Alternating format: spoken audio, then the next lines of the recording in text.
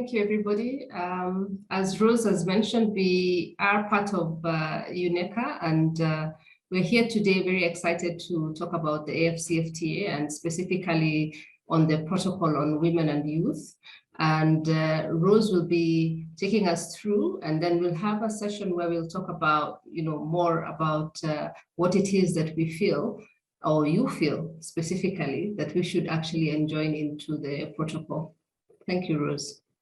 Thank you, everybody. It's been a very informative and session this afternoon, and thank you for also taking the time to give us so much more that we need to discuss. We had initially wanted to go through this session differently in terms of getting feedback via a questionnaire.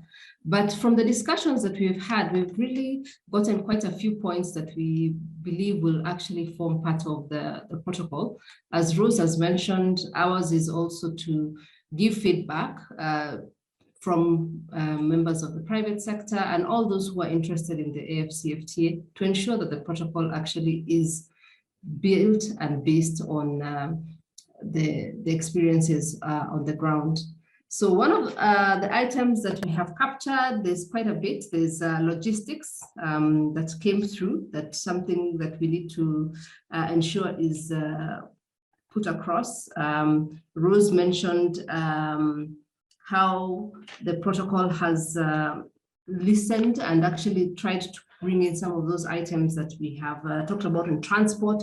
I think the concern was that logistics has not been given the eye that it requires, and I think that's what we push forward to ensure that it's captured.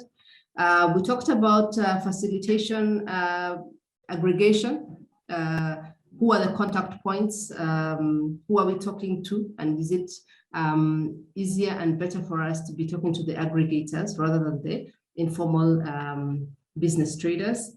We talked about, okay, Joy actually mentioned the fact that women don't understand what the term trade means. And I think she recommended using aggregators, or at least middlemen who are able to understand what it is that we want to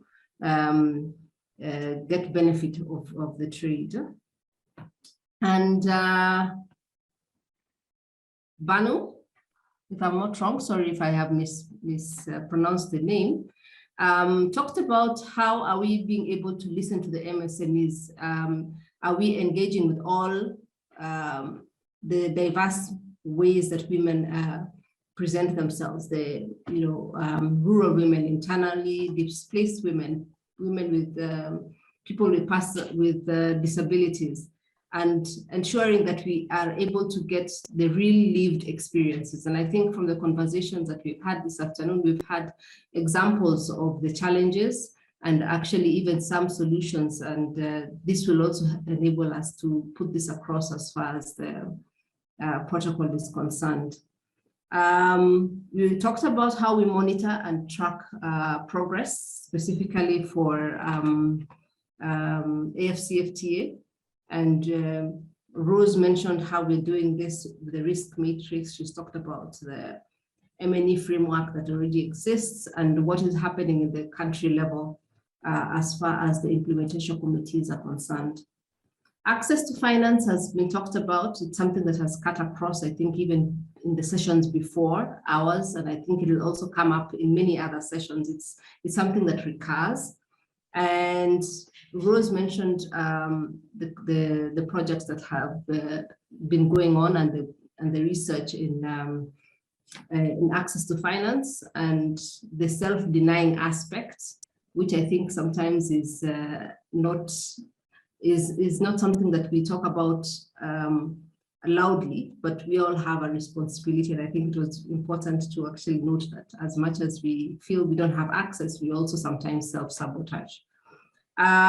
She talked about preparing ourselves to be able to beat this opportunity. It has been emphasized, and I think it's something that will continue being emphasized, that the AFCFTA is bringing an opportunity for African businesses to grow within the continent. But how do we prepare ourselves to meet this opportunity? She talked about formalizing businesses and how how we need to gain traction in our local market before we can actually go regional. There was a point on gender quotas, specifically on procurement and preferential treatment, affirmative action. I think that's a point that will definitely be put across to move the conversation forward and how it can contribute to the protocol on women and youth.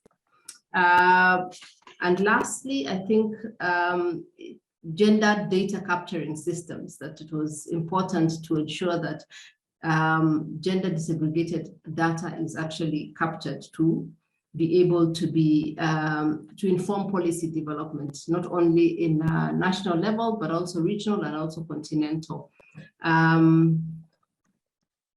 The other issue we've talked about is communication, and how do we communicate the knowledge of the AFCFTA within the existing media. And we've talked about ensuring that the communication plan at the national level actually is very gender sensitive.